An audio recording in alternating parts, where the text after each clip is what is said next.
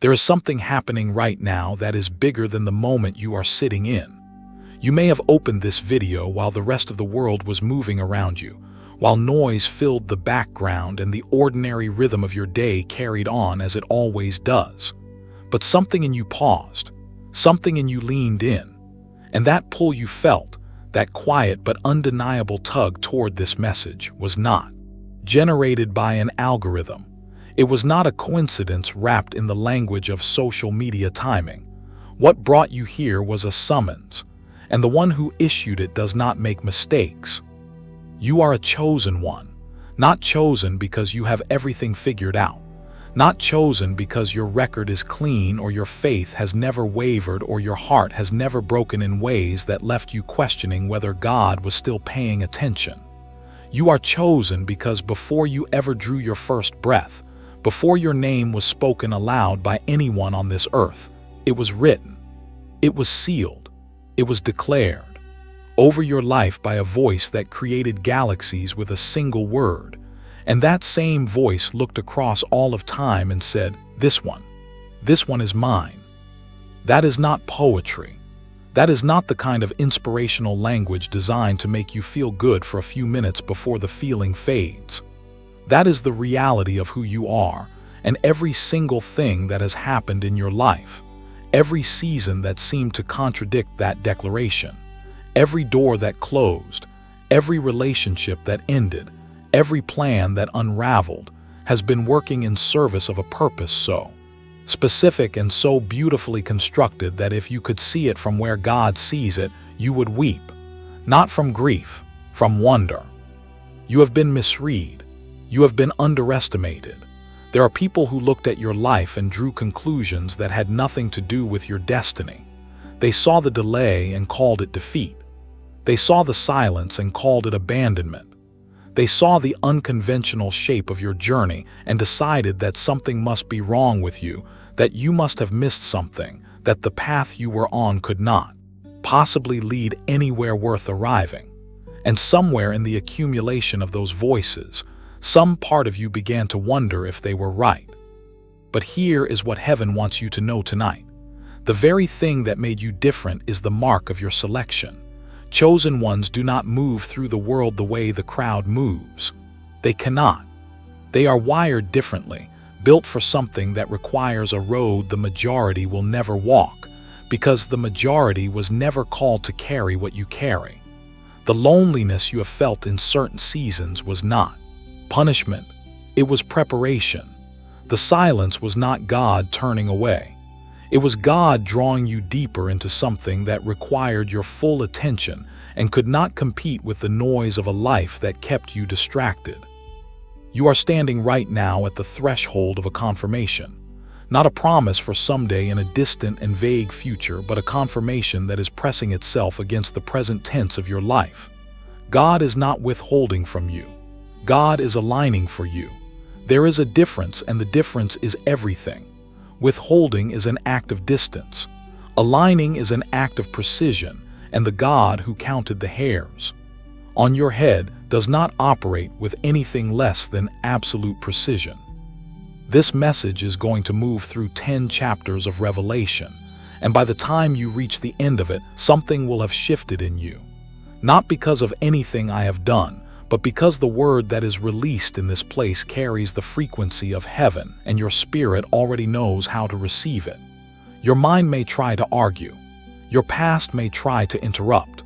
But your spirit, the part of you that has been holding on even when logic said to let go, that part of you already recognizes this moment as significant. Right now, all across this world, there are people watching this message in cars parked in driveways, in rooms with the lights turned low, in places where the quiet has finally become loud enough for God to speak into. Some of them have been waiting for a word about love.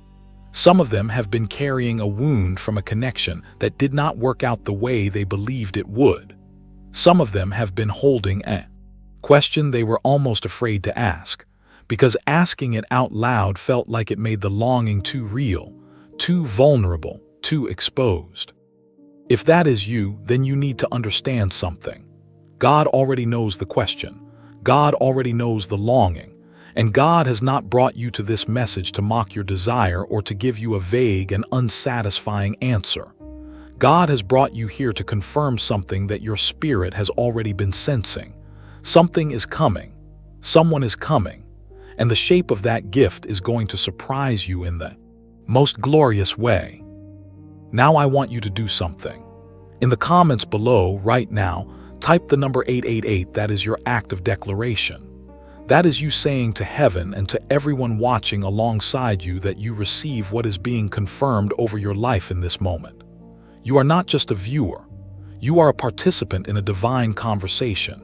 And 888 is your way of saying, I am here, I am open, and I believe. Because belief is not a passive thing. Belief is an action. It is the thing that moves mountains not because of its volume, but because of its direction. When you type those 3 numbers, you are pointing yourself toward what God has already sealed, and you are telling your own doubt that it does not get the final word tonight. You are a chosen one, and chosen ones do not stay in the waiting room forever. The door is opening, the season is turning, and the confirmation that has been written over your love life, over your partnership, over the connection God has been building in the unseen, is arriving in a form that the world did not predict and your critics cannot explain. Stay right here. Do not move, because what comes next is going to reach into the place where you buried your hope and call it back to life. There is a story in Scripture that most people think they understand, and yet when you sit inside it long enough, when you stop reading it as history and start reading it as a mirror, something opens up in it that feels less like ancient text and more like a letter written, specifically for the season you are standing in right now. It is the story of a woman named Ruth, and before you place her inside the comfortable frame of a Sunday school lesson, I want you to let her story breathe against the reality of your own life. Because the God who moved in her story is the same God who is moving in yours, and the confirmation that rested over her life is the same confirmation that is resting over yours right now.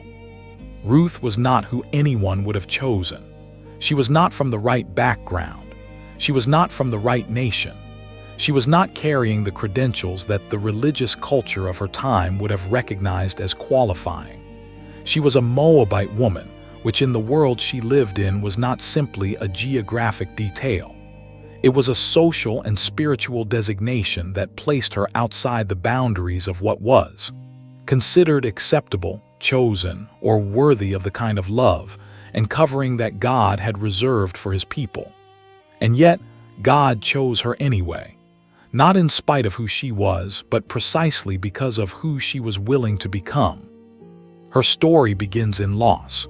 It begins in a place of grief so total and so disorienting that the woman she was traveling with, her mother-in-law Naomi, had decided to rename herself Mara, which means bitter, because she felt that the Almighty had dealt bitterly with her. Ruth had lost her husband. She was young and widowed in a foreign land, and the practical and logical thing to do, the thing that everyone around her expected her to do, was to go back to her own people, go back to the familiar, go back to the life that existed before the grief came in and rearranged everything. Her sister-in-law Orpah kissed Naomi and turned back, and no one blamed her for it. It was the reasonable choice. It was the survivable choice. It was the choice that made sense when you looked at it through the lens of what was visible, what was practical, and what was safe. But Ruth did not turn back. And the reason she did not turn back was not because she had a detailed map of where staying would lead her. She did not know about Boaz yet. She did not know about the field. She did not know about the redemption that was waiting on the other side of her decision to remain. She stayed because something in her, something deeper than logic and louder than fear, would not let her walk away from the path that God had placed her on. And that is the first thing about Ruth that should sound familiar to you. You are still here. You have had every reason to walk away, every justification to turn back, every voice in your life, and in your own head telling you that the reasonable thing, the survivable thing, the thing that makes sense from the outside looking in, is to let go of the hope you have been carrying, to stop believing for the love that feels like it is taking too long, to stop trusting that God has someone specific in mind for you, someone confirmed, someone sealed, someone who is not just a companion but a covenant. You have had every reason to become Orpah, and yet here you are, still on the road, still moving forward, still showing up for a story that has not finished writing itself yet. That is not stubbornness. That is the signature of a chosen one. The ones God has marked for something significant do not turn back at the border of their breakthrough, even when they cannot see what is on the other side of it. They keep walking because the same voice that called them forward has not yet called them back, and in the absence of a divine redirect, they trust that forward is still the direction of their destiny. Ruth arrived in Bethlehem with nothing but loyalty and willingness. She did not arrive with a strategy. She did not arrive with connections or resources or a reputation that preceded her. She arrived as a foreigner in a harvest season, and she asked for the most humble position available. Let me go to the fields and glean among the ears of grain after anyone in whose sight I find favor, she said. She was not demanding. She was not performing. She was simply showing up with everything she had, which at that moment was very little by the world's measurement, and placing it in the hands of a God who specializes in multiplying what is offered in faithfulness. And this is where the scripture speaks directly into the specific confirmation this message is carrying over your life, because Ruth did not choose the field she ended up in. She did not research her options and calculate which harvest would yield the best result. The text says it this way in the book of Ruth, chapter 2, verse 3. And she went and gleaned in the field after the reapers, and her chance was to light on the portion of the field belonging to Boaz, who was of the family of Elimelech. Her chance. That is the language the text uses. But what looked like chance from the human angle was the precise and intentional movement of a God who had already seen the end of the story and was quietly arranging every step of the middle. You have had moments in your life that felt like chance, a conversation that happened at a time you were not expecting it, a door that opened in a season when you were not even looking for it, a person who appeared in a moment that seemed ordinary from the outside but felt significant in a way you could not fully explain. Those moments were not accidents. They were the movement of the same God who guided Ruth's feet into exactly the right field at exactly the right time, not because she was perfect, but because she was faithful, and faithfulness is the currency that heaven always honors. You have to understand something about the field that Ruth walked into. It was not just a place of provision. It was a place of exposure. When you step into the field that God has prepared for your next season, you do not get to stay hidden. You do not get to observe from a comfortable distance and decide whether the vulnerability is worth the harvest. The field requires you to show up as you are, with your history visible and your need undeniable, and trust that the one whose field it is will see you not as an intrusion, but as an arrival that was always expected. Ruth bent her back in that field under the heat of a harvest sun, gleaning what was left behind by the reapers, gathering the portions that others had passed over, and she did not complain about the position. She did not announce herself. She did not try to manufacture an impression or engineer an outcome. She simply worked with everything she had in the place where she had been led, and while she was doing that, something was happening that she could not see from where she was standing. She was being watched, not with suspicion, not with judgment, with attention, with the kind of careful, deliberate notice that a man of character gives to something that has genuinely arrested him. Boaz saw her, and the first thing he did was ask about her. He did not approach her immediately. He did not rush the moment. He asked his servant, "Whose young woman is this?" And the servant told him her story. The servant said, "She is the Moabite woman who came back with Naomi from the country of Moab. She said, "Please let me glean and gather among the sheaves after the reapers." So she came, and she has continued from early morning until now, except for a short rest. And when Boaz heard that, when he heard the story of who she was and where she had come from and how she had shown up and stayed, something moved in him. Not pity, recognition. The kind of recognition that does not need to be explained because it operates at a level deeper than logic. And this is the part of Ruth's story that speaks most directly into the confirmation that God is releasing over your life right now. Because Boaz was not a young man. He was established. He was respected. He was a man of standing in his community, a man whose name carried weight in the gates of the city. And Ruth was younger, foreign, widowed, and by every external measurement, an unlikely match for someone of his stature. The world looking at that pairing from the outside would have had opinions. The world always has opinions about the partnerships that God confirms, especially the ones that do not fit inside the conventional categories of what is supposed to make sense. But God does not design his confirmations to satisfy the expectations of people who are not part of the plan. God designs his confirmations to fulfill the purposes that were established before either person involved had any say in the matter. And the purpose that was wrapped up in the union of Ruth and Boaz was so significant, so layered with meaning and destiny, that it would eventually produce the lineage through which the redemption of the entire world would come. What looked like an unlikely love story was actually the hinge point of history. And the people who had opinions about whether it made sense were not privy to what God was building. You need to hear that. Because there are people in your life right now who have opinions about the confirmation that God is releasing over you. There are people who look at the age difference, at the background difference, at the unexpected nature of what God is aligning, and they are forming conclusions based on what is visible to them. They are measuring with the ruler of convention what God designed with the blueprint of covenant. And their measuring is going to come up with the wrong answer every single time, because the tools of human expectation are not calibrated for the work of divine intention.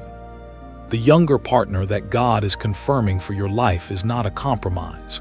They are not a consolation prize offered by a heaven that ran out of more conventional options. They are a specific, deliberate, and carefully chosen gift, selected not in spite of their youth but in part because of it. Youth carries an energy, a freshness, a particular kind of hope that has not yet been worn down by decades of disappointment. And when that energy is placed alongside the depth and wisdom and hard-won understanding that you carry from the seasons you have walked through, something is created that neither of you could have produced alone. Something that is greater than the sum of its parts. Something that heaven had in mind from the beginning. Ruth's youth was not a liability in Boaz's life. It was part of the gift. Her willingness, her loyalty, her capacity to love without reservation even after love had already cost her everything. These were qualities that her youth had not yet had the chance to erode.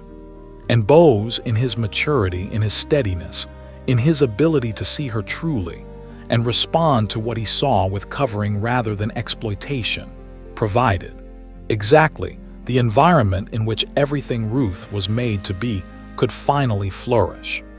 The scripture captures this moment of divine recognition with a tenderness that should quiet every voice of doubt that has been speaking over your love life.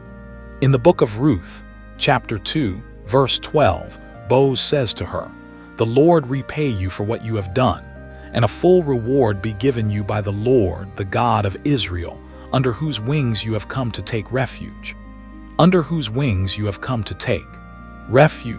That is the language of covenant. That is the language of a God who sees the faithfulness of a journey and responds to it not with a vague blessing but with a specific and tangible reward. Your faithfulness has been seen. Every season you stayed when leaving would have been easier. Every morning you chose hope when despair was the more available option. Every prayer you prayed in the quiet when no one was watching and no visible evidence supported the belief that anything was changing. All of it has been witnessed. All of it has been recorded. And the reward that is being prepared for you is not a generic blessing dropped from a distance. It is a specific, named, confirmed gift in the form of a person whose life is about to intersect with yours in a way that will make you understand, finally and completely, why every other door had to close first. There is a moment in Ruth's story that most people rush past because it looks like a practical detail, a logistical arrangement, a cultural custom that does not seem to carry the same emotional weight as the more dramatic scenes that surround it. But if you slow down and look at it carefully, you will find inside it one of the most profound spiritual principles that God ever encoded into a human story. It is the moment when Naomi looks at Ruth and says, "My daughter, should I not seek rest for you, that it may be well with you?" Rest, not just physical rest. The kind of rest that comes when a person finally stops straining against the current of uncertainty and steps into the place that was prepared for them. The kind of rest that is not passive but settled. The kind of rest that says, "I have arrived at the thing I was always moving toward, and I did not know it was this until I was standing in the middle of it." That rest is what God is preparing for you in this season. Not the rest of someone who has given up, but the rest of someone who has finally been met. And the meeting that is coming, the confirmation that heaven has already signed and sealed over your life, is going to feel exactly like that. Like a settling, like the particular exhale of a soul that has been holding its breath for longer than it realized, finally, releasing into the arms of something that was always meant to hold it.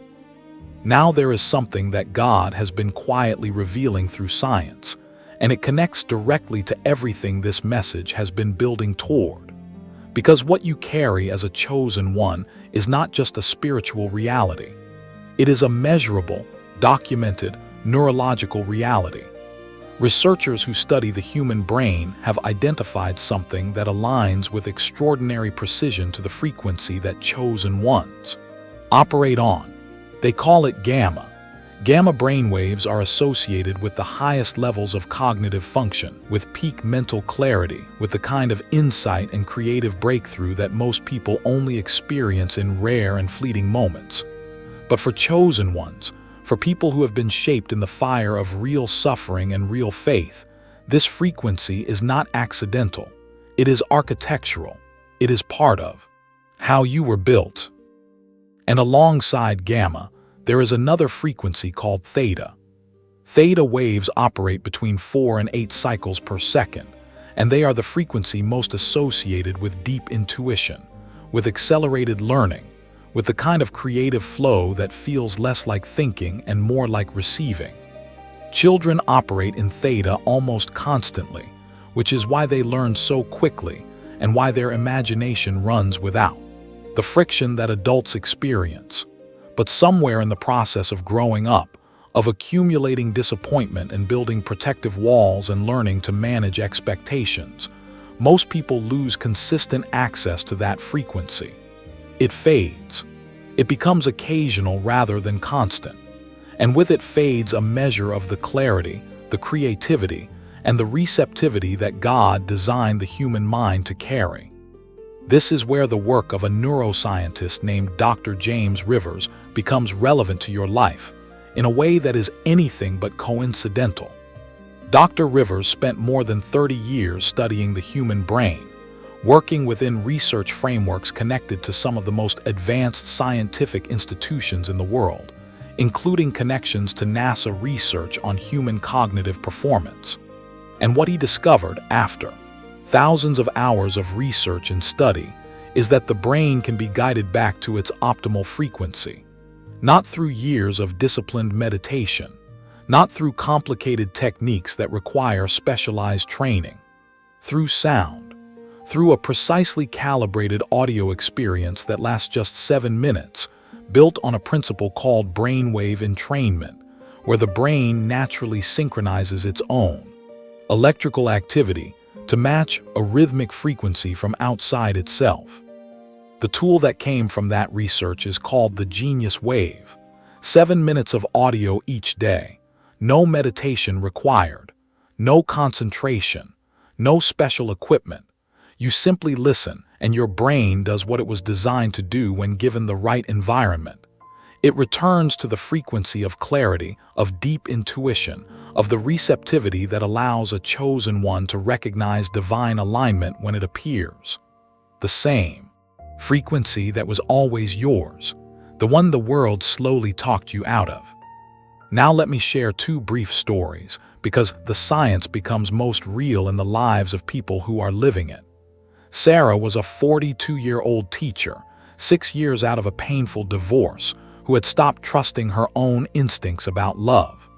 She began listening to the Genius Wave each morning, not because she believed it would work, but because she had nothing left to lose. By the end of the 2nd week, something had shifted. When a younger man in her professional circle began showing genuine interest, she said she recognized it clearly, without the usual noise of self-doubt drowning out her discernment. 3 months later, she told me it was the most aligned relationship she had ever been in. Marcus was a 55-year-old architect who described his mental state before the Genius Wave as a radio picking up every station at once. After 30 days, the static cleared. His sleep deepened. His focus sharpened dramatically. And the woman he is now building a life with, 11 years younger than him, appeared in his life on that 30th day. He does not believe that was random. Now I want to be honest with you, because you deserve honesty more than you deserve a pitch. I know that $39 is not nothing. I know you have invested in things before that promised transformation and delivered disappointment. That is a valid place to be, and I am not asking you to suspend your discernment.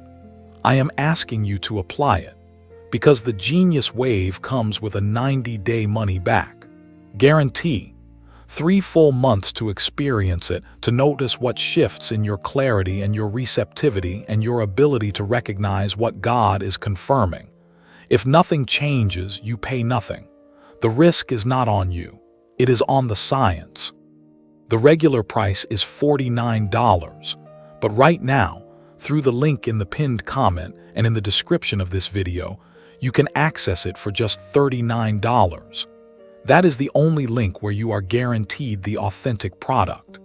There are imitations circulating elsewhere that are not built on the same research and will not deliver the same result. Go to the pinned link and nowhere else. And go now, not after the video ends, not later tonight when the feeling has faded and the moment has passed. Right now, while the confirmation is still pressing against your spirit, while something in you is still leaning forward. Pause this video, open the pinned comment, tap the link, and take the one step that puts the frequency of a chosen one back in your hands. This pricing window is limited. When it closes, it returns to the standard rate, and this specific moment will not come back around. The chosen ones who step into their full destiny are the ones who act on the confirmation when it arrives. This is your arrival. Do not let it pass. And here is why this matters beyond the product itself. The clarity that the Genius Wave restores is not just about thinking better. It is about receiving better. It is about being able to stand in the field the way Ruth stood in the field, open, present, and fully awake to what God is moving around you, rather than half asleep inside a mind too cluttered to recognize the harvest that is already at your feet. Section 6 of this message is going to give you a specific daily practice that works hand in hand with those 7 minutes, a way of positioning yourself each morning so that when the confirmation of your younger partner arrives, you will not miss it because the noise in your head was louder than the signal God was sending. But first, stay with this. Let what has been spoken settle. Let the frequency of it find the place in you where the hope has been waiting the longest. Because that place is exactly where God is about to do His most precise and most beautiful work. And yet, even as all of that settles into place, even as the practical and the scientific and the confirmational begin to weave themselves together into something you can hold and act on, There is a deeper river running beneath all of it that has not finished speaking yet. Because the genius wave is a tool, and tools are only as powerful as the hands that hold them, and the hands that are holding this particular tool belong to someone who has been shaped by something far more ancient and far more deliberate than any laboratory could measure. They belong to you, and the you that is showing up in this season is not the same you that entered the last one. Something has been completed in the hidden place. Something has been finished in the silence. And what is emerging now is a version of you that is finally ready to stand in the field where your harvest is waiting, the way Ruth stood in the field of boughs, not knowing exactly what was coming, but trusting completely in the one who had led her there. Ruth did not rush the process after she arrived in the field. This is the part of her story that the impatient heart most needs to hear. She did not, after that first day of gleaning, go back to Naomi and demand a timeline. She did not calculate how many more days of faithful showing up would be required before the breakthrough became visible. She returned to the field, day after day.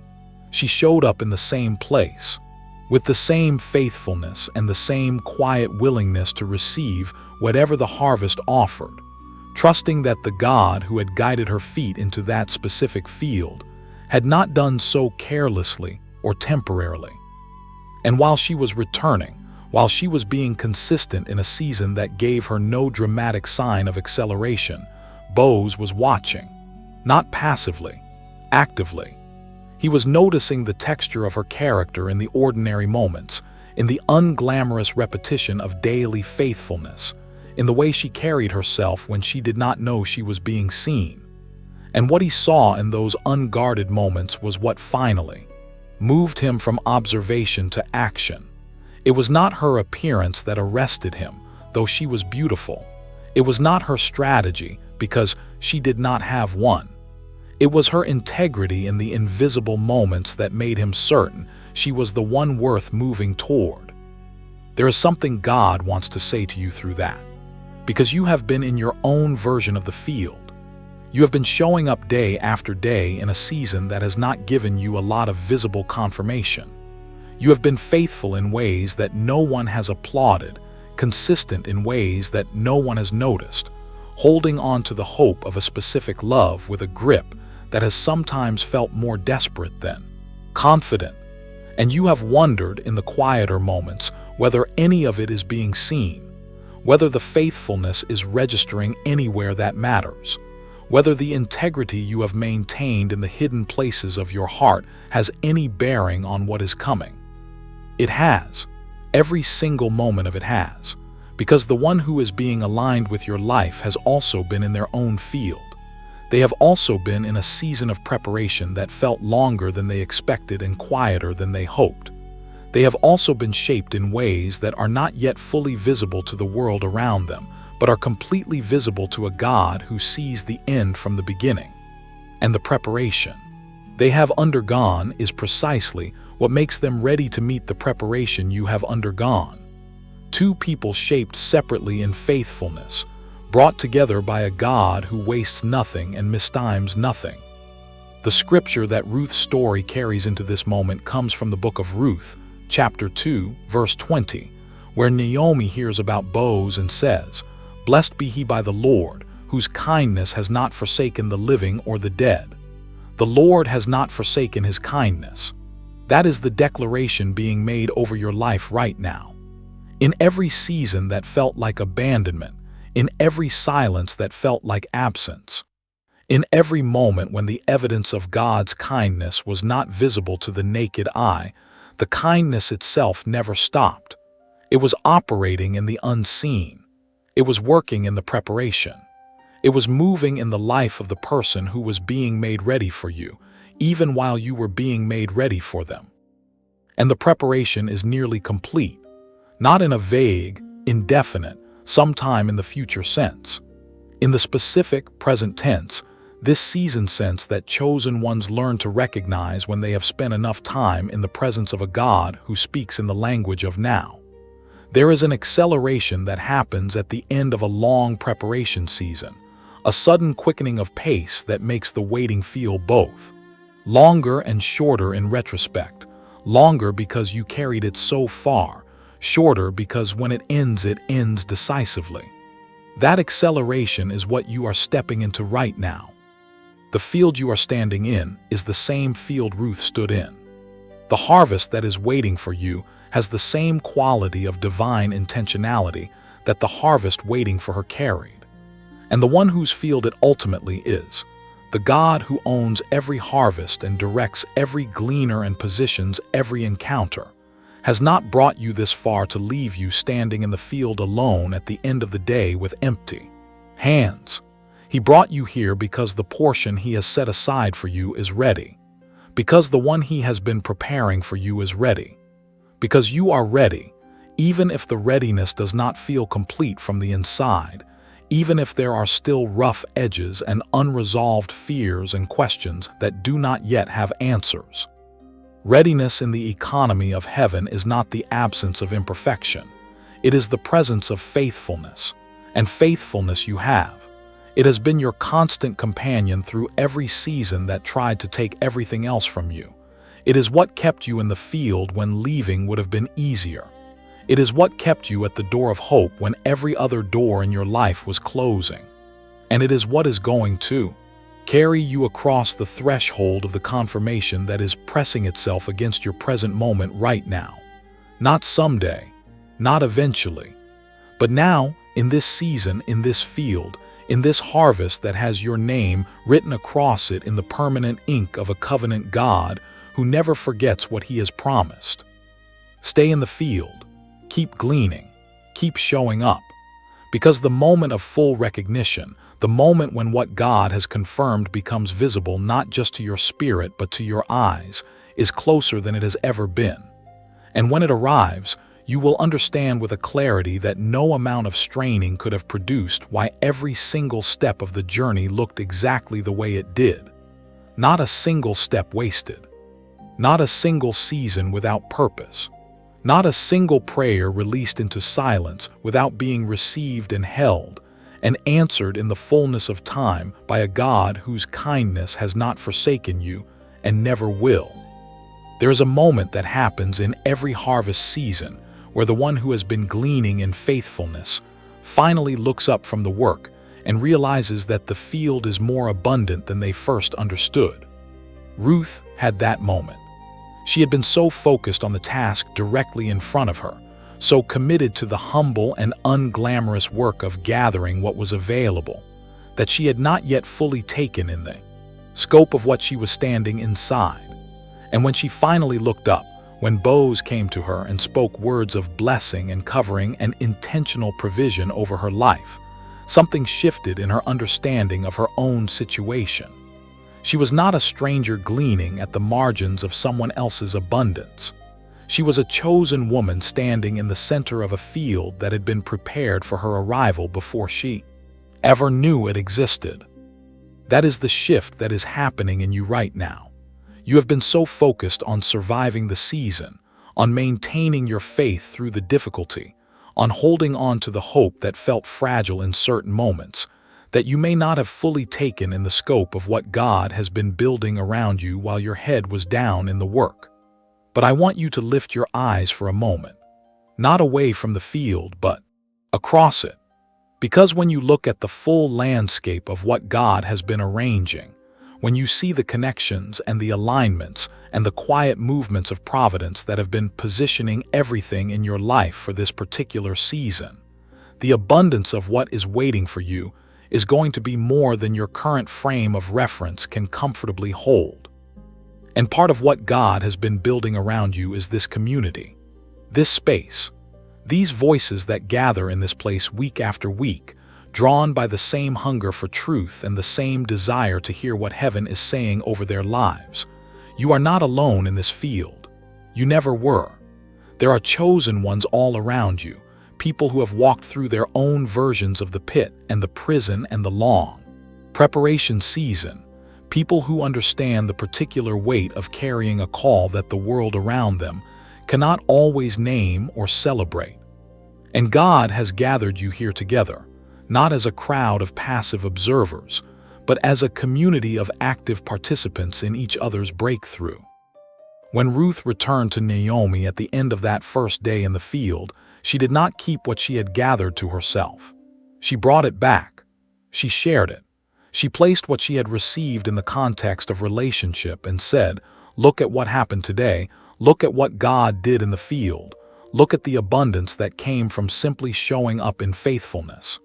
And Naomi, who had been sitting in the bitterness of her own grief, who had renamed herself after the pain she carried, was awakened by what Ruth brought back. The testimony of one person's harvest can break the famine mentality in someone who has stopped expecting their own.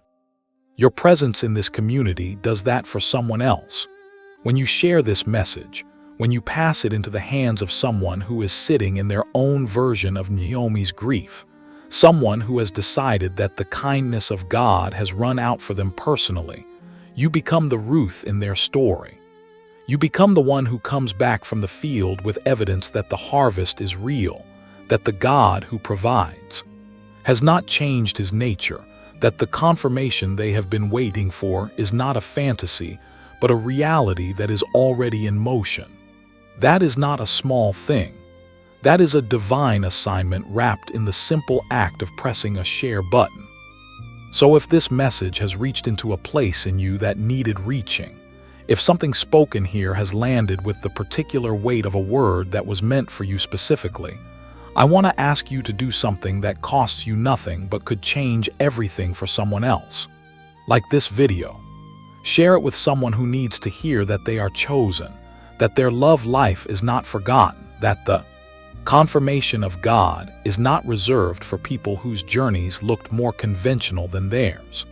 Subscribe to this channel so that every time heaven releases a new word, you are in position to receive it before the noise of the world drowns it out.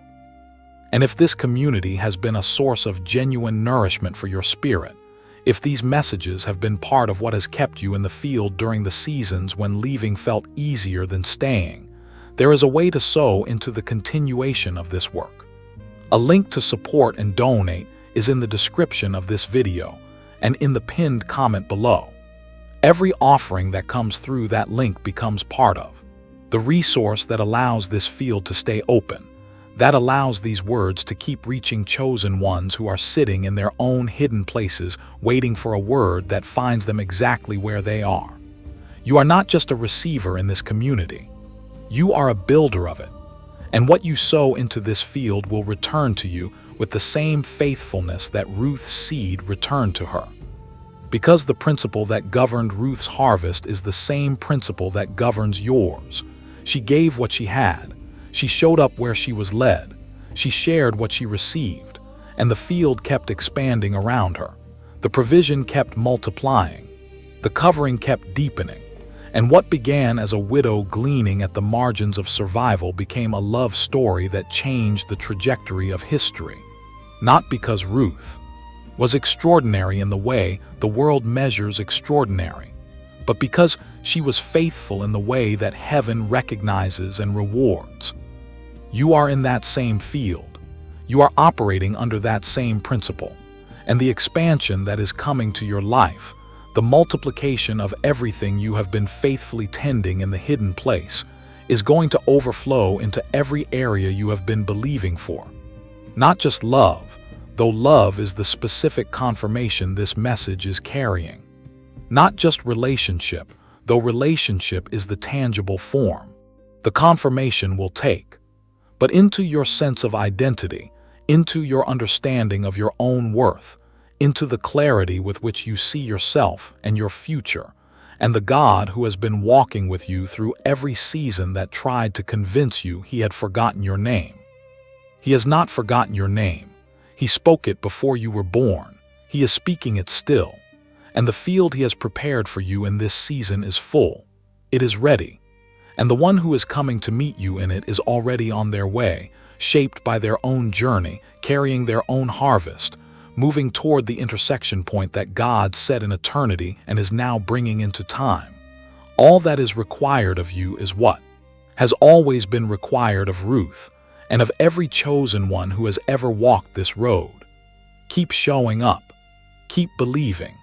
Keep sharing the testimony of what God is doing, because your testimony is someone else's breakthrough, and your faithfulness in this field is making room for a harvest that is going to feed more people than you currently have the capacity to imagine.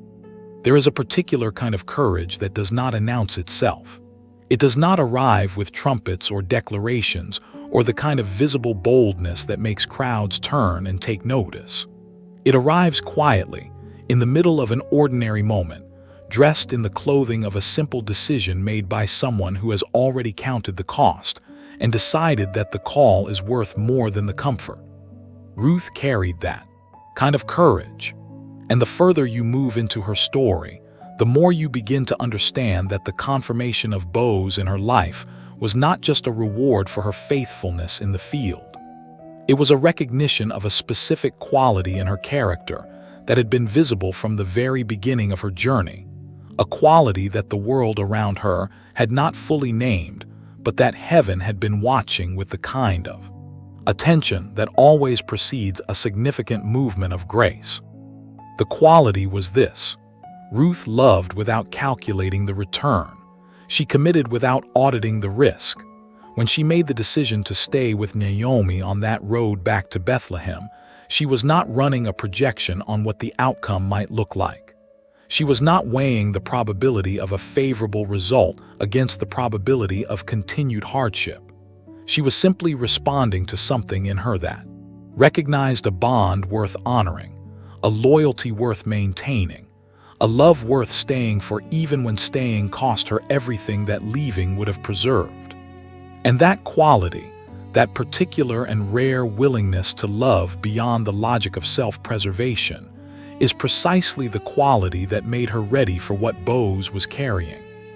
Because Boaz was not looking for someone who would love him when it was convenient. He was not looking for a companion who would remain faithful as long as the circumstances remained comfortable. He had lived long enough and seen enough of human nature to know that the love that lasts is the love that has already been tested by difficulty and chosen to stay anyway. And when he looked at Ruth, when he listened to the account of who she was and what she had done, and how she had shown up in the hardest season of her life, he recognized in her the exact quality that his own soul had been waiting for. Not youth for the sake of youth, not beauty for the sake of beauty, but a depth of character that her years had not yet had the chance to erode, a freshness of devotion that his experience recognized as the rarest and most valuable thing a human heart can offer another. This is the truth about the younger partner that God is confirming for your life. Their youth is not incidental to the gift they carry. It is integral to it, not because youth is superior to the wisdom that comes with age, but because when youth is combined with genuine depth of character, when it has been shaped by real suffering and real faith and real loyalty rather than protected from those things, it produces a quality of love that is unlike anything else. It is a love that is not yet cynical. It is a love that has not yet learned to protect itself at the expense of the other person. It is a love that still believes in the fullness of what love was designed to be, and that belief is contagious in the most life-giving way. When that kind of love comes into contact with the depth and steadiness and hard-won understanding that you carry, something is created between the two of you that neither of you could have accessed alone. You bring the rootedness. They bring the reach. You bring the wisdom of seasons navigated. They bring the energy of a vision not yet dimmed by disappointment. You bring the capacity to hold space for someone else's, becoming because you have done enough of your own becoming to understand what it requires. They bring the willingness to grow inside that space without the defensiveness that comes from a heart that has been closed by too many experiences of being mishandled. Together, you do not just balance each other. You complete a frequency. You create between you a resonance that operates at the level of what God designed human partnership to produce at its highest expression. And that resonance, that particular combination of your depths and their heights, is going to generate a force in your shared life that touches everyone who comes into contact with it. People are going to feel something different when they are around the two of you. They are going to sense a quality in what you have built together that they may not be able to name, but that they will recognize as something real, something uncommon, something that points beyond itself to the God who designed it. Boaz understood this when he spoke his declaration over Ruth at the thrashing floor. He did not hesitate. He did not qualify his response with conditions or caveats or a list of concerns about what other people might think. He said, "And now do not fear. I will do for you all that you ask, for all the inhabitants of the city know that you are a worthy woman." He called her worthy, not adequate, not acceptable given the circumstances. Worthy. The full weight of that word landing on a woman who had arrived in his world with nothing but faithfulness and loyalty, and a love that had already proven itself in the hardest possible conditions. The scripture that carries this moment forward is found in the book of Ruth, chapter 3, verse 11. "And now do not fear. I will do for you all that you ask, for all the inhabitants of the city know that you are a worthy woman." That declaration was not just Boaz speaking to Ruth. It was heaven speaking through him. It was God using the voice of the one he had prepared for her to say what her own heart most needed to hear after the long and costly journey she had walked.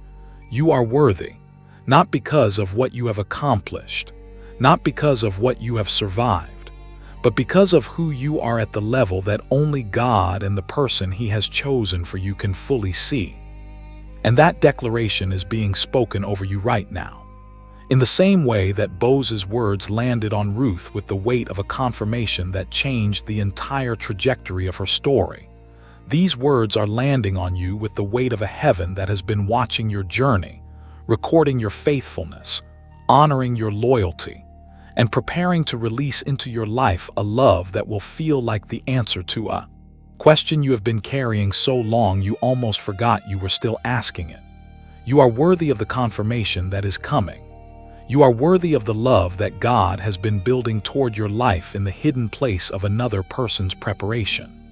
You are worthy of a partner who sees you truly and responds to what they see with the full force of a covenant commitment, rather than the half measures of someone who has not yet decided whether you are worth the risk.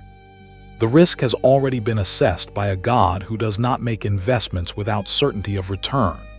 And the return he is expecting on the investment of your life is so significant, so world-touching and history-shaping in the way that Ruth's story turned out to be history-shaping, that the partnership he is confirming is not a luxury added to your destiny. It is a component of it. It is part of the equipment God is releasing into your hands for the work that this season requires. The one who is coming carries an anointing that will not just bless your personal life. It will accelerate everything you have been called to build, everything you have been called to release, everything you have been called to become in the fullness of the purpose that was written over you before the foundation of the world. There is a threshold in every chosen one's journey where the preparation ends and the possession begins. It is not always a dramatic moment. It does not always arrive with the kind of visible fanfare that would make it easy to recognize from the outside. Sometimes it arrives quietly, in the middle of an ordinary day, dressed in the clothing of a decision that feels smaller than it actually is. But something in the spirit of a chosen one recognizes it.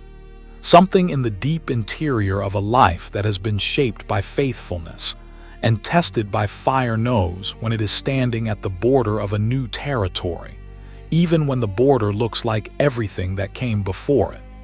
Ruth recognized her threshold at the thrashing floor. Naomi had given her specific instructions, and those instructions required a particular kind of courage that went beyond the courage she had already demonstrated on the road from Moab.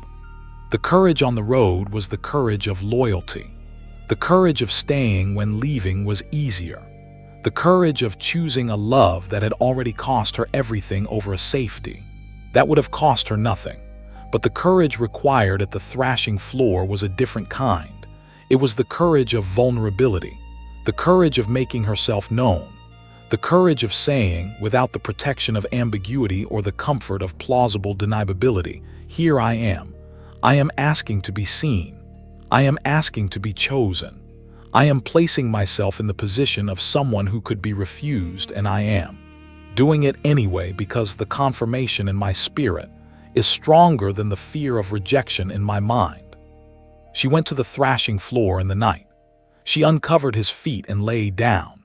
And when Boaz woke at midnight and found her there, she said, "I am Ruth, your servant. Spread your wings over your servant, for you are a redeemer." That sentence is one of the most theologically loaded sentences in the entire Hebrew scripture, and it is spoken by a younger foreign woman to an older established man in the middle of the night at a thrashing floor in ancient Bethlehem. It is not the setting that a religious imagination would have chosen for a divine confirmation. It is too ordinary, too human, too uncomfortably close to the texture of real life with its awkward moments and its unguarded vulnerability and its absolute dependence on the other person responding with grace rather than judgment. But Boaz responded with grace. He responded with immediate and full affirmation. He did not make her wait for his answer.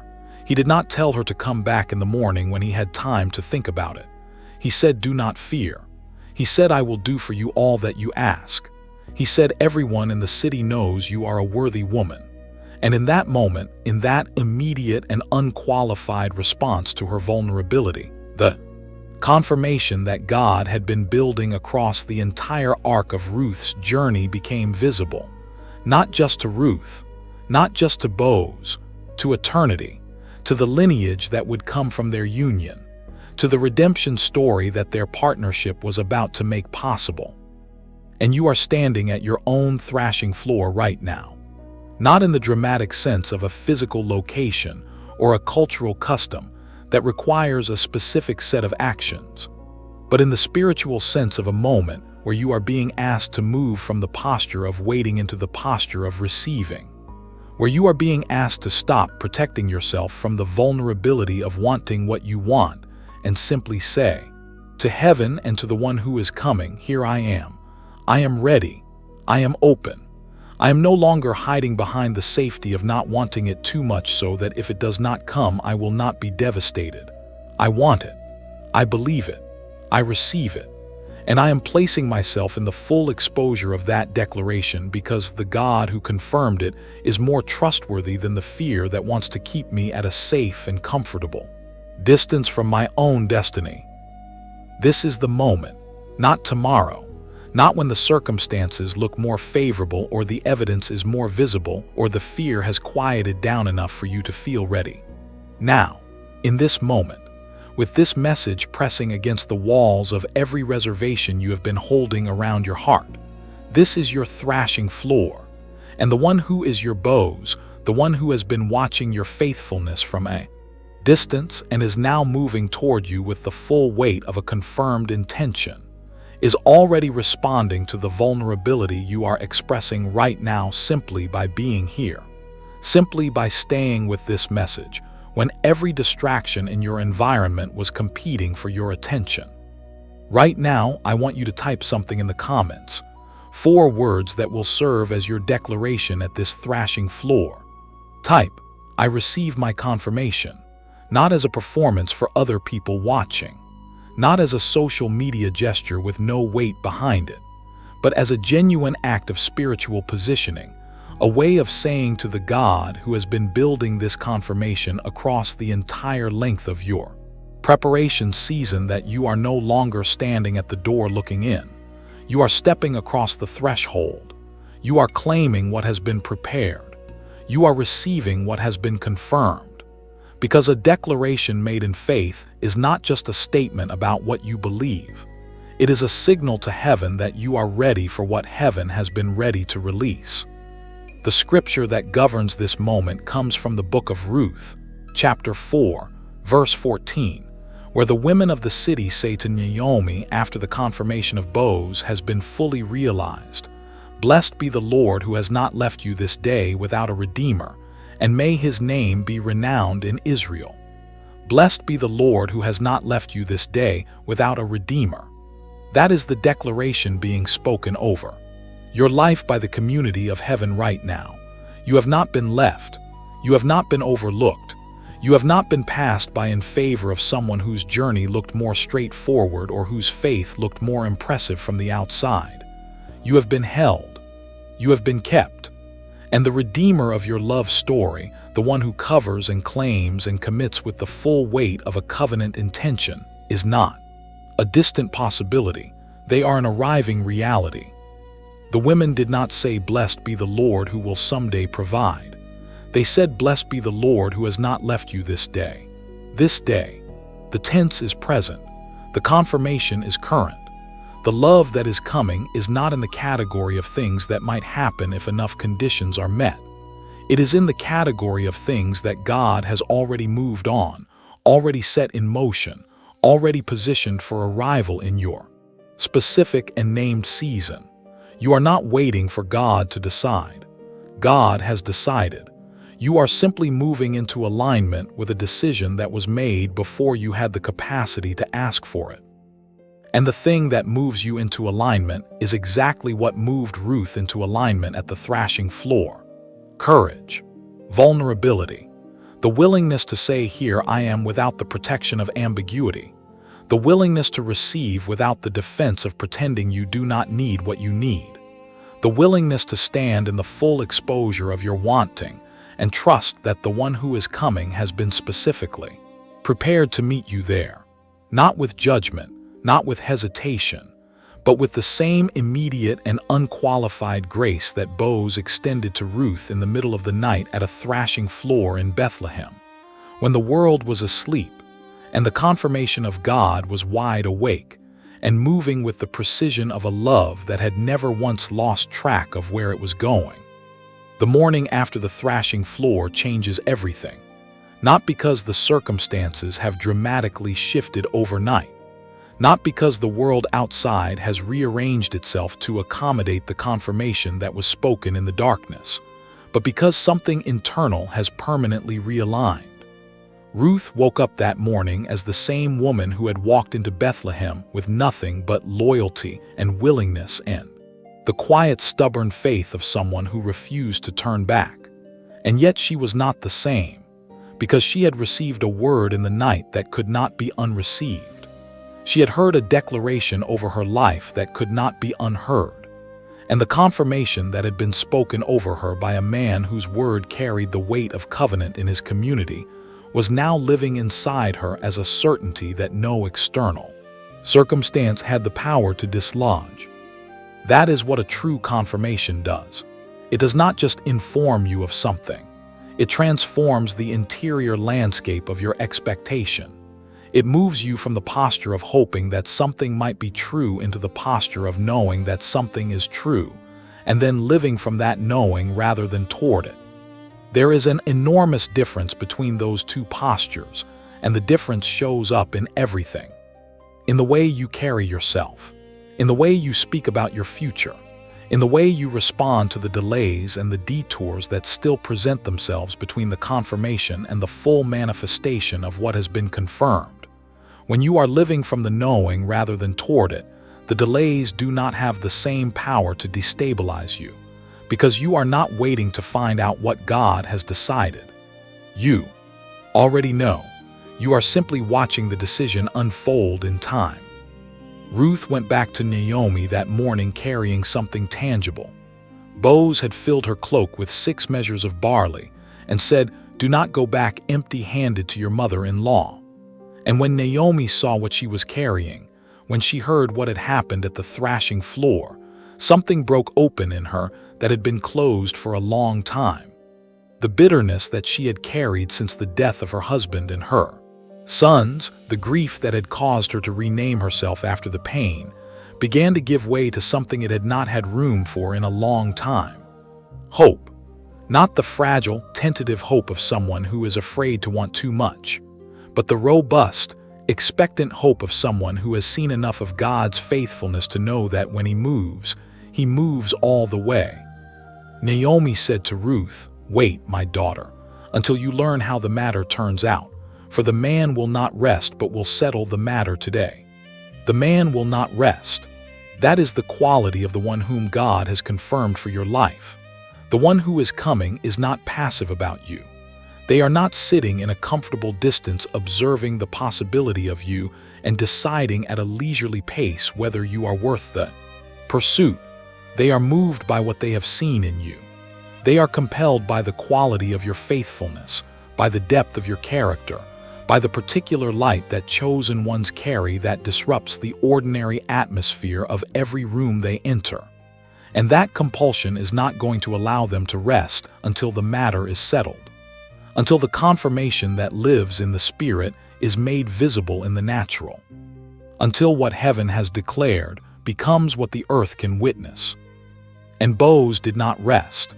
He went to the city gate that same morning, which in the culture of his time was the place where legal and covenantal matters were settled in the presence of witnesses. He did not handle this privately or informally, or in a way that could later be questioned or contested. He gathered the elders. He addressed the matter of the nearer Redeemer who had a prior claim on Ruth's situation. And when that man stepped back, when the legal and covenantal path was cleared, Boaz did not delay. He declared before 10 elders and all the people at the gate that he was acquiring Ruth the Moabite as his wife, to perpetuate the name of the dead in his inheritance. He named her. He claimed her. He did it publicly and permanently, and with the full weight of a man who had decided that this was the most important thing he would do with his standing and his resources and his name. That is the quality of confirmation that God is moving toward your life, not a whispered suggestion, not a tentative possibility that might solidify if the conditions remain favorable. A public, named, permanent declaration made by someone who is not ashamed of what they feel and not afraid of what anyone else thinks about it. Someone who has counted the cost and decided that the cost is worth paying because what is on the other side of the payment is you. And you are worth more than any cost that stands between the confirmation and its full expression in the visible world. The community at the gate responded to Boaz's declaration with a blessing that has echoed across millennia and is still echoing in this moment. They said, "We are witnesses. May the Lord make the woman who is coming into your house like Rachel and Leah, who together built up the house of Israel." They placed Ruth in the company of the founding mothers of an entire nation, a Moabite widow who had arrived in Bethlehem. With nothing but faithfulness was now being blessed with the legacy of the women who had carried the covenant of God through the most foundational chapter of his people's history. The outsider became the insider. The foreigner became the mother. The one who was never supposed to qualify became the one through whom the redemption of the world would eventually come. That is the magnitude of what God does when He confirms a partnership. He does not just bless two people. He releases a legacy through them that extends far beyond the boundaries of their individual lives. The love story of Ruth and Boaz did not end with their wedding. It continued through their son Obed, who became the father of Jesse, who became the father of David, through whose line the promised Redeemer of all humanity eventually entered the world. What looked like a love story between a younger foreign woman and an older established man in a small town in ancient Israel was actually the hinge point of the most significant story ever told. The scripture that crowns this moment is found in the book of Ruth, chapter 4, verse 17, where the neighbor women gave the child a name, saying a son has been born to Naomi. They named him Obed. He was the father of Jesse, the father of David. The father of David. That is the lineage that came from a widow who refused to turn back on a dusty road in Moab. That is the legacy that came from a faithfulness that looked ordinary from the outside and was anything but ordinary from heaven's perspective. And the legacy that is going to come from the partnership God is confirming over your life is written with the same quality of ink, in the same permanent and eternal record, by the same God who looked at Ruth's faithfulness and decided that through it He would change the world. Your story does not end with you. The love that is coming does not exist only for your personal comfort and fulfillment, though it will bring both in abundance. It exists because there is something God intends to release through the union of your specific faithfulness and the specific anointing of the one He has prepared for you. Something that will outlast you both. Something that will reach into generations you will never meet in this life, but whose names are already written in the continuation of a story that began when you decided to stay on the road instead of turning back. When you chose to keep gleaning in a field that gave you no guarantee of the harvest that was waiting. When you walked to the thrashing floor of vulnerability and said, "Here I am. I receive what has been confirmed. I am no longer living toward the knowing but from it." That decision is producing something right now in the unseen, something that is nearly ready to become visible, something that is pressing itself against the membrane between the eternal and the temporal with the particular urgency of a thing whose time has fully come. And when it breaks through, when the confirmation that has been sealed in heaven makes itself fully known in the earth of your daily experience, you will look back at this moment, at this message, at this season of pressing forward in the field when the harvest was not yet visible, and you will understand with a clarity that takes your breath away why every single step of the journey was exactly what it needed to be. Not a step wasted, not a season without purpose, not a prayer released into silence without being received by a God whose timing is as perfect as His love is complete. The morning after your thrashing floor is coming, and the light that is going to break across it is going to be more beautiful than anything the long night of waiting ever allowed you to fully imagine. And so here you are, at the end of a journey that was never really an ending but always an opening, at the place where 10 chapters of revelation have been building toward a single moment of clarity that your spirit has been moving toward from the very first word of this message. You came here carrying something, a question, maybe, or a longing, or a hope that had been through enough disappointment to know how to protect itself but had not yet learned how to fully extinguish itself, because chosen ones cannot fully extinguish their hope no matter how hard the seasons try to teach them to. The hope is part of the architecture. It is woven into the fabric of what it means to carry the mark that you carry.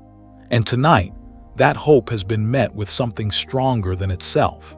It has been met with confirmation. Ruth's story does not end at the thrashing floor.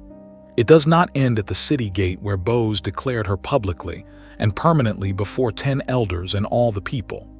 It ends in a home, a real, tangible, daily life home where two people who were shaped in separate seasons of faithfulness and loss and quiet, stubborn hope finally occupy the same space and discover that the God who prepared them individually knew exactly what He was doing when He brought them together. The home is not perfect. The home has its ordinary moments and its unglamorous rhythms and its daily requirements that have nothing to do with the dramatic arc of a love story, and everything to do with the steady, intentional, renewable choice to love someone with consistency and depth, and the particular grace that only comes from a heart that has been genuinely transformed by what it has walked through.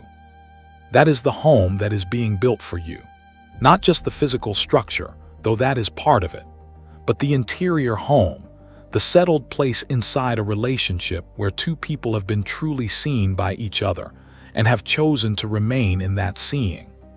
Where the vulnerability of the thrashing floor has become the foundation of a daily life that is more honest and more nourishing and more alive than anything that the defended version of your heart could have produced on its own. Where the younger partner who carries the anointing of their particular season brings into your shared space exactly the quality of energy and devotion and fresh-eyed belief that your own journey most needed to be completed. And I want to speak to something that may still be sitting quietly in the back of your mind, even after everything this message has covered. The voice that says, "What if I misread the confirmation? What if the hope I am feeling is my own desire dressed up in spiritual language?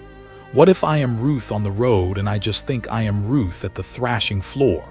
That voice is not wisdom. That voice is the last effort of a fear that knows its time is running out. Because wisdom does not speak in the language of constant second-guessing. Wisdom speaks in the language of discernment, and discernment is exactly what has been sharpening in you through every season of preparation you have walked.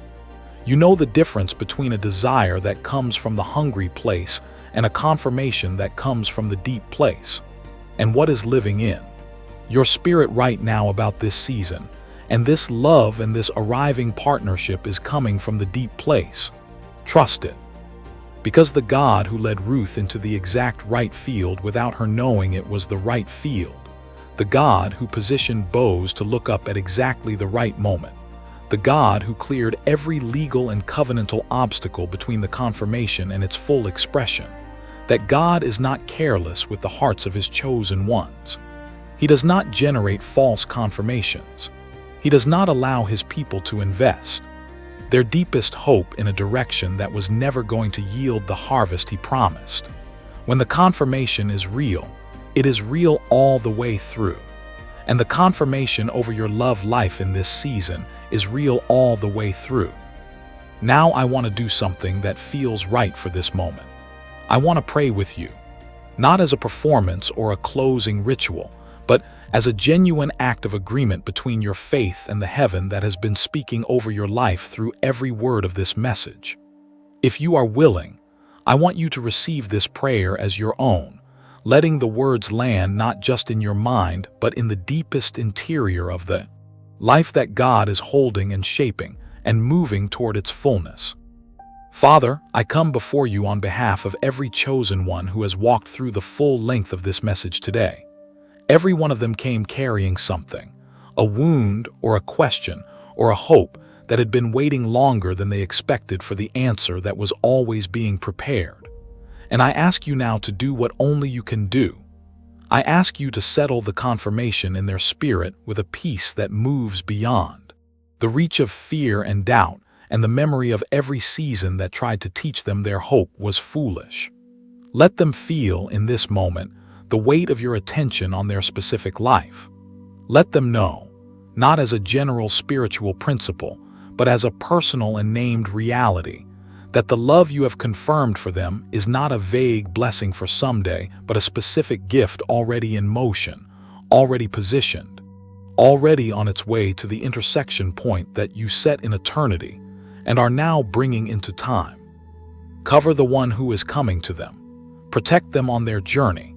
Keep them from the detours that would delay the meeting and from the distractions that would diminish the quality of what they carry.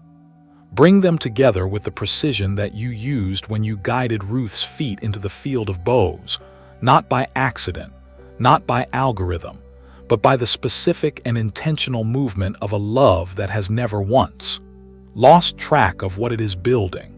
And when they meet, when the confirmation that has lived in the spirit becomes visible in the natural, let them recognize each other with the clarity that only comes from two people who have been prepared by the same faithful God for the same faithful purpose. I declare over every chosen one receiving this prayer that the waiting season is ending, that the field is full, that the one who will not rest until the matter is settled is already at the gate, that the morning after the thrashing floor is closer than the night makes it appear, and that the legacy that will come from what God is building in their love life will extend far beyond the boundaries of their individual story into the generations that are waiting on the other side of their faithfulness. In the name that is above every name, it is done. It is sealed. It is confirmed. Amen. And now, before you carry this prayer forward into the rest of your day, I want to ask something simple of you. Something that will take less than 30 seconds but will matter more than you might expect. If this message found you today, if something spoken here reached into a place that needed reaching, press the like button right now. Not as a gesture toward an algorithm, as an act of agreement, as your way of saying, yes, this word landed, yes, I receive what was spoken over my life. Yes, I am a chosen one standing at the threshold of a confirmation that is real and arriving and mine. And then subscribe. If you are not already part of this community, press that subscribe button and turn on the notification bell, because this is not the last word that heaven has for your season. There are messages coming that are going to meet you at the next threshold, and the one after that, and the one after that. You do not want to be searching for this channel when the next word is released. You want to already be here, already positioned, already in the field when the next harvest comes in. Share this video with one person today, just one. You already know who they are. Their face came to your mind somewhere in the middle of this message and you thought, they need to hear this. Trust that thought. It was not random. Send it to them. Be the voice that breaks the silence in someone else's long night. Be the Ruth who comes back from the field with evidence that the harvest is real and the God who provides has not changed, and the confirmation that feels too good to be true is exactly true enough to change everything. And if this community has been a place where the language of heaven has consistently found you, where these words have been part of what kept you in the field during the seasons when leaving felt easier than staying, there is a way to sow into the continuation of this work. A donate link is waiting for you in the description of this video and in the pinned comment below. Every gift that comes through that link keeps this field open. It keeps these words flowing. It keeps the confirmation reaching chosen ones who are sitting in their own hidden places tonight, waiting for exactly what you found here today. You are not ordinary. You never were. You were marked before the world began, shaped in the hidden place, faithful on the long road, courageous at the thrashing floor, and now standing at the threshold of a morning that is going to be more beautiful than anything the night of waiting ever allowed you to fully see. The confirmation is real. The love is coming. And the God who wrote Ruth's story is writing yours with the same precision, the same faithfulness, and the same breathtaking intention to make something through your life that will outlast you and echo into eternity. Go forward, chosen one. Your field is full. Your harvest is ready. And the one who was always meant to walk beside you through it is already on their way.